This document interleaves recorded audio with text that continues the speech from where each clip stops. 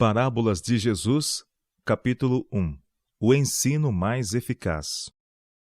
No ensino de Cristo por parábolas, é manifesto o mesmo princípio de sua própria missão ao mundo. Para que pudéssemos familiarizar-nos com sua vida e caráter divinos, tomou Cristo nossa natureza e habitou entre nós. A divindade foi revelada na humanidade, a glória invisível na visível forma humana. Os homens podiam aprender do desconhecido pelo conhecido. Coisas celestiais foram reveladas pelas terrenas. Deus se revelou na semelhança do homem. Assim era nos ensinos de Cristo. O desconhecido era ilustrado pelo conhecido, verdades divinas por coisas terrenas, com as quais o povo estava mais familiarizado. Tudo isto disse Jesus por parábolas à multidão, para que se cumprisse o que fora dito pelo profeta, que disse: Abrirei em parábolas a minha boca, publicarei coisas ocultas desde a fundação do mundo. São Mateus capítulo 13, verso 34 e 35. As coisas naturais eram o veículo para as espirituais. Cenas da natureza e da experiência diária de seus ouvintes eram relacionadas com as verdades das Escrituras Sagradas. Guiando assim do reino natural para o espiritual, são as parábolas de Cristo elos na cadeia da verdade que une o homem a Deus e a terra ao céu. Em seus ensinos na natureza, falava Cristo das coisas que suas próprias mãos haviam criado e que possuíam qualidades e faculdades que ele próprio lhes havia comunicado. Em toda a sua perfeição original, eram todas as coisas criadas a expressão do pensamento de Deus. Para Adão e Eva, no seu lar paradisíaco, estava a natureza cheia do conhecimento de Deus, transbordante de instrução divina. A sabedoria falava aos olhos e era acolhida no coração, pois eles comungavam com Deus pelas obras criadas. Logo que o Santo Par transgrediu a lei do Altíssimo, o resplendor da face de Deus desapareceu da face da natureza. A terra está agora deformada e maculada pelo pecado. Mas, mesmo nesta condição, muito do que é belo permanece. As lições objetivas de Deus não são obliteradas. Quando bem compreendida, a natureza fala de seu Criador. Nos dias de Cristo, estas lições haviam sido perdidas de vista. Os homens tinham quase cessado de reconhecer a Deus em suas obras. A natureza pecaminosa da humanidade atirara um véu sobre a bela face da criação. E em vez de revelarem a Deus, suas obras tornaram-se obstáculos que o ocultavam. Os homens honraram e serviram mais a criatura do que ao Criador. Desta maneira, os pagãos, em seus discursos, se desvaneceram e o seu coração insensato se obscureceu. Romanos capítulo 1, versos 25 e 21. Assim haviam inculcado em Israel ensinos de homens, em vez de ensinos divinos. Não somente a natureza, mas o serviço sacrificial e mesmo as sagradas escrituras, dados todos para revelar a Deus, foram tão truncados que se tornaram o meio de ocultá-lo. Cristo procurou remover aquilo que obscurecia a verdade, veio tirar o véu que o pecado lançara sobre a face da natureza, e desse modo trazer à luz a glória espiritual que todas as coisas foram criadas para refletir. Suas palavras focalizaram sob aspecto novo as lições da natureza, bem como as da Bíblia, e as tornaram uma nova revelação. Jesus colhia lírios formosos e os dava às crianças e jovens, e ao contemplarem-lhe o rosto juvenil, em que brilhava a luz do semblante de seu pai, dava-lhes a lição. Olhai para os lírios do campo, como eles, na simplicidade da beleza natural, crescem. Não trabalham, nem fiam, e eu vos digo que nem mesmo Salomão, em toda a sua glória, se vestiu como qualquer deles. A isto seguia então a doce segurança e a importante lição. Pois se Deus assim veste a erva do campo, que hoje existe e amanhã é lançada no forno, não vos vestirá muito mais a vós, homens de pouca fé? Estas palavras no Sermão da Montanha foram dirigidas ainda a outros, além das crianças e jovens. Eram dirigidas a toda a multidão, em cujo meio havia homens e mulheres sobrecarregados de aflições e perplexidades e magoados por desenganos e tristezas. Jesus prosseguiu: Não andeis, pois, inquietos, dizendo: que comeremos? Ou que beberemos? Ou com que nos vestiremos? Porque todas estas coisas os gentios procuram. De certo, vosso Pai Celestial bem sabe que necessitais de todas estas coisas. E estendendo as mãos à multidão circunstante, disse: Mas buscai primeiro o reino de Deus e a sua justiça, e todas estas coisas vos serão acrescentadas. São Mateus capítulo 6, versos 28 a 33. Desta maneira, interpretava Jesus a mensagem que ele mesmo dera aos lírios e à relva do campo. Ele quer que a leiamos em cada lírio e em cada haste da relva. Suas palavras estavam cheias de consoladoras afirmações e são próprias para fortalecer a confiança em Deus. Tão ampla era a visão que Cristo tinha da verdade e tão extensos os seus ensinamentos que cada aspecto da natureza foi utilizado para ilustrar verdades. As cenas sobre que os olhos descansavam cotidianamente foram todas relacionadas com alguma verdade espiritual, de modo que a natureza está revestida das parábolas do Mestre. Na primeira parte do seu ministério, falara Cristo ao povo com palavras tão simples que todos os seus ouvintes podiam compreender as verdades que os tornariam sábios para a salvação. Mas em muitos corações, a verdade não se enraizara e logo foi tirada. Por isso, lhes falo por parábolas, dizia ele, porque eles, vendo, não veem, e ouvindo, não ouvem, nem compreendem. Porque o coração deste povo está endurecido, e ouviram de mau grado com seus ouvidos, e fecharam seus olhos. São Mateus capítulo 13, versos 13 a 15. Jesus desejava despertar a indagação. Procurou despertar os indiferentes e impressionar-lhes com a verdade o coração. O ensino por parábolas era popular e atraía o respeito e a atenção, não só dos judeus, mas também dos de outras nações. Ele não poderia haver usado método de ensino mais eficaz.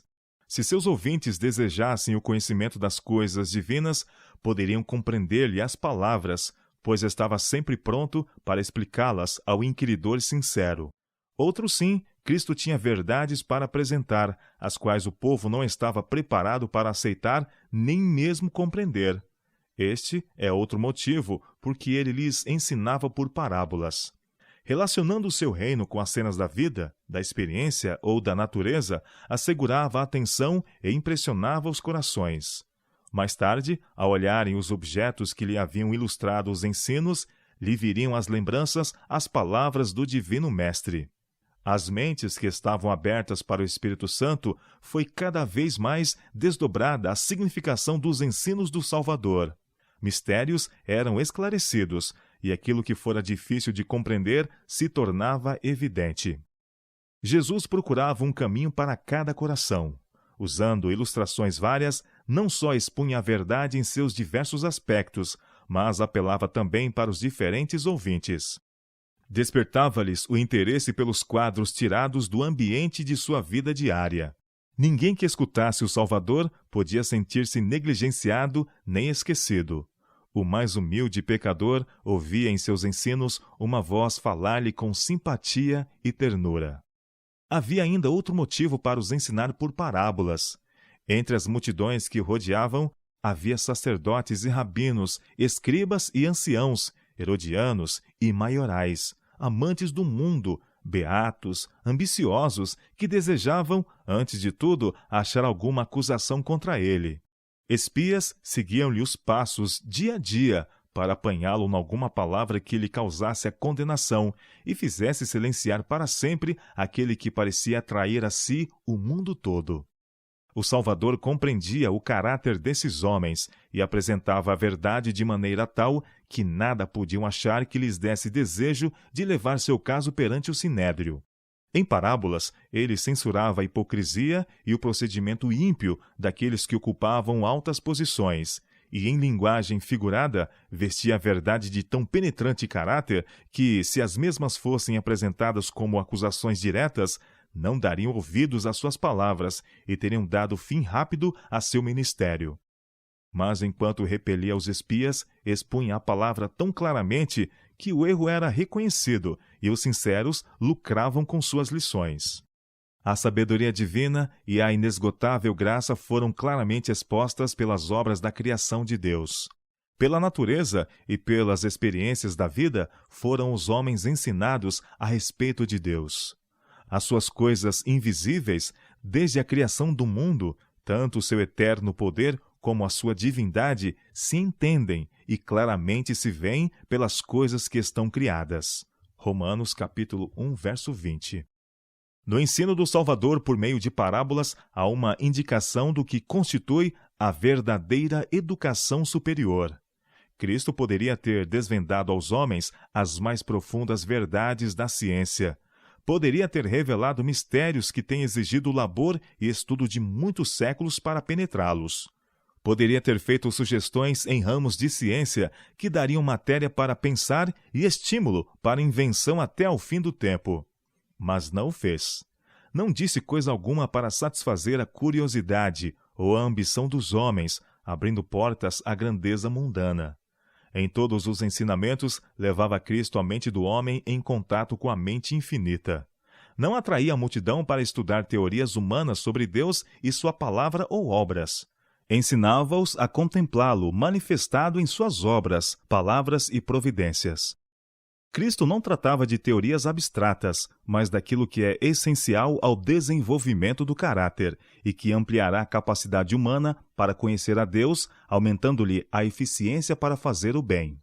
Falava aos homens das virtudes que se relacionam com a conduta da vida e se prendem à eternidade. Era Cristo que dirigia a educação de Israel. A respeito dos mandamentos e prescrições do Senhor, dizia: "E as intimarás a teus filhos, e delas falarás assentado em tua casa, e andando pelo caminho, e deitando-te, e levantando-te. Também os atarás por sinal na tua mão, e te serão por testeiras entre os teus olhos, e as escreverás nos umbrais de tua casa, e nas tuas portas." Deuteronômio capítulo 6, versos 7 a 9. Em seus ensinos mostrava Jesus como este mandamento devia ser cumprido, como as leis e princípios do reino de Deus podiam ser apresentadas de modo que lhe revelassem a beleza e preciosidade. Quando o Senhor educava os filhos de Israel para se tornarem seus representantes peculiares, deu-lhes moradia entre as colinas e vales. Na vida familiar e em seu serviço religioso, eram levados em contínuo contato com a natureza e com a palavra de Deus. Assim ensinava Cristo a seus discípulos, junto ao lago, na encosta das montanhas, nos campos e nos bosques, onde podiam contemplar as obras da natureza, com as quais ilustrava seus ensinos. Aprendendo então de Cristo, utilizavam o conhecimento recebido, tornando-se coobreiros em seu trabalho. Assim, pela criação devemos conhecer o Criador. O livro da natureza é um grande compêndio que devemos usar em conexão com as Sagradas Escrituras, para ensinar a outros sobre seu caráter e reconduzir ovelhas perdidas ao redil de Deus. Ao estudarmos as obras de Deus, o Espírito Santo faz raiar convicção na mente. Não é a convicção que o raciocínio lógico produz, mas, a não ser que a mente se tenha tornado muito entenebrecida para reconhecer a Deus, muito turvos os olhos para vê-lo, os ouvidos muito moucos para ouvir-lhe a voz, uma significação mais profunda é aprendida, e as sublimes verdades espirituais da palavra escrita são gravadas no coração. Nestes ensinos tirados diretamente da natureza, há uma simplicidade e candura que lhes emprestam o maior valor. Todos necessitam das lições oriundas dessa fonte. Em si mesmo, o encanto da natureza desvia a alma do pecado e das atrações mundanas, para a pureza, para a paz e para Deus. Muito frequentemente se enche a mente dos estudantes de teorias e especulações humanas, falsamente chamadas ciência e filosofia.